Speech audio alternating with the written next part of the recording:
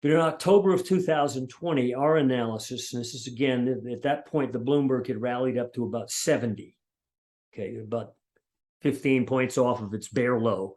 We said there's a commodity explosion coming. Now, this is October 2020. Putin didn't invade Ukraine until February of this year. Okay, so it wasn't Putin that caused this explosion in commodities. And virtually every commodity you could throw a dart at, energy, grains, you name it, copper, all of them exploded during that time.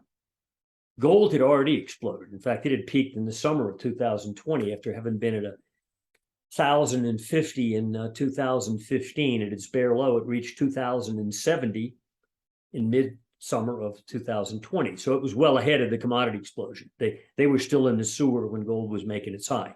But the commodities joined in.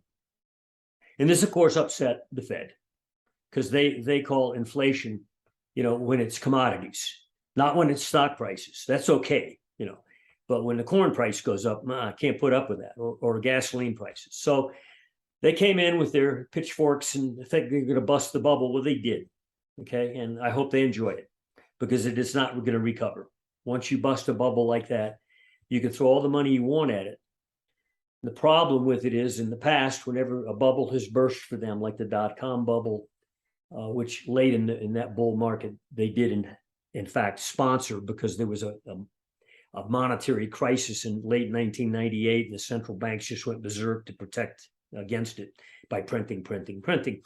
And that helped boost that bubble. But once these bubbles break, the central banks come in and they try to stop it, with rate cuts or whatever. Like 2008, they came in buying mortgage-backed securities. That didn't stop the collapse in that market, by the way. In fact, it exacerbated it.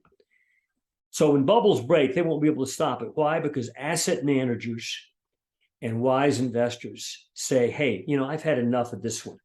This market is nothing but high risk, high reward. Right now, it's low reward possibilities and high risk. I'm gonna move more money over to somewhere else.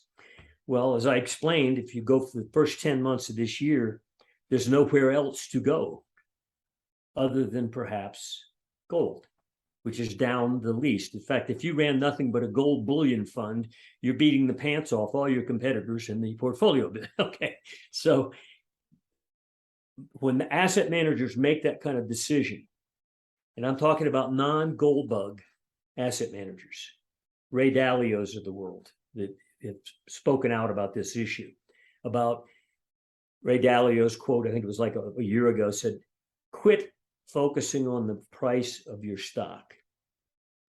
Instead, pay attention to the underlying degradation, underlying value of your money unit.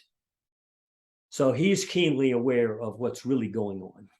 And it's guys like him that make a shift like this. And once they make that kind of shift, they don't just flip back 2 weeks later. They're making a judgment call of an investment grade quality. And there's lots of guys like him now who've made that decision that I'm out of this, or I'm shifting more out of this and into something else. And commodities is one of those arenas. And gold, I think, is about to be resurrected again, and to continue the bull trend that's already underway, that began from the 2015 low. But the effort to break commodities, right now we're getting a pullback in commodities. Bloomberg Commodity Index, for example, which is a well-balanced index, not just heavily energy. Some of them are too heavily focused on energy. It's a better balanced index. So it's the one we watch. It has had a correction for the last 5-6 months. In fact, during most of the war in the Ukraine, commodities have corrected to the downside. Or in fact, oil has pulled back. It hit a high of 130 and it's traded into the 70s recently. We think it is a corrective downside move in commodities that we've been witnessing for the last several months. It is not the end of the commodity upside. It's highly likely we've only seen the first major upwave in commodities. That was from late 2020 to the high early this year. Once this correction process is over, expect commodities to engage in another upleg. And we do expect it to occur, and it will not be just focused on energy of that sort. It'll be, I think, food commodities are likely to be a headline type event. In fact, if you just look, if you want to look at gasoline futures or crude oil futures, we've had the pullback in the last few months. What's been going on with cattle pushing up to all-time highs. So yes, maybe you save $1 on your gallon of gas, but you're going to spend that $1 buying higher hamburger meat or steaks. So, it sort of evens out.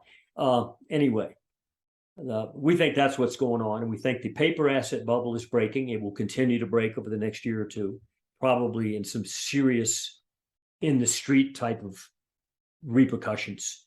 The everyday guy is going to feel it, not just the guy who owns the portfolio. This is going to influence the central banks to do what they do best, which is to print. Given the weakness that we've seen recently in government bonds, in fact, it's not just weakness, it's illiquidity.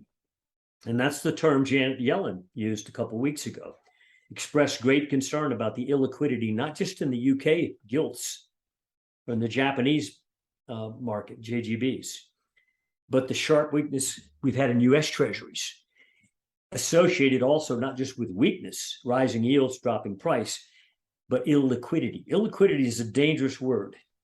In fact, that was the term that applied best to mortgage-backed securities. They became an illiquid market.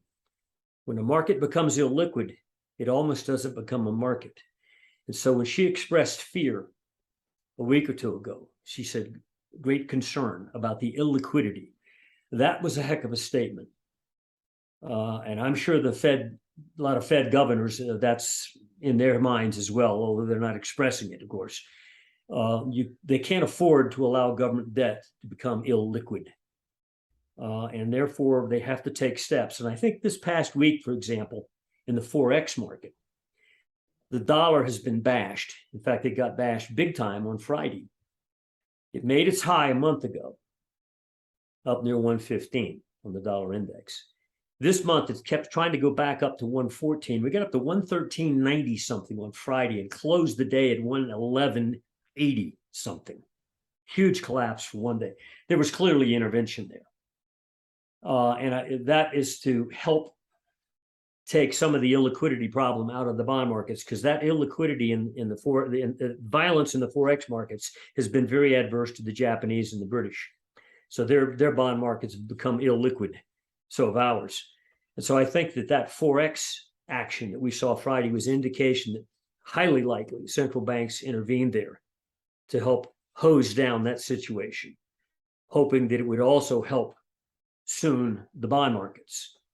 And we shall see next week probably whether the bonds find some kind of footing, not a major low, but some kind of footing to generate a rally. Anyway, it's an interesting world, and we think it's going to be quite violent, and we think the major benefactor is going to be monetary metals, because the central banks cannot play the game they're playing now. They'll have to revert back to their primary reason, raison d'etre, that were founded for the purpose of funding government debt markets when they're unfundable otherwise. And I think that's a situation we're facing soon.